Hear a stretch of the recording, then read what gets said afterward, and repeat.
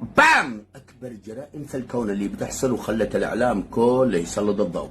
عمرها سنتين تجوز التمتع بها، أين قداسة الطفلة من ذلك؟ هتكن لقداسة الطفلة، شلون أنت تجي تقول يجوز حتى ولو في الرضيعة التفخيذ بها؟ كتاب النكاح السيد الخوئي: أما الاستمتاع بشهوة والضم والتفخيذ فجائز في الجميع ولو في الرضيعة.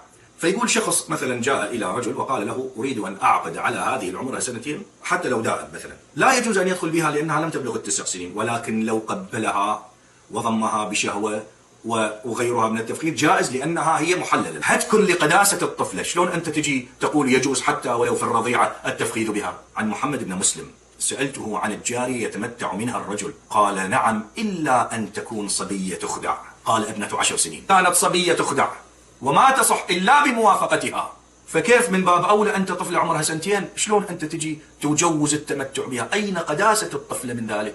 لك صبية ما تخدع قبل ال10 سنوات، يقول إلا أن تكون صبية تخدع.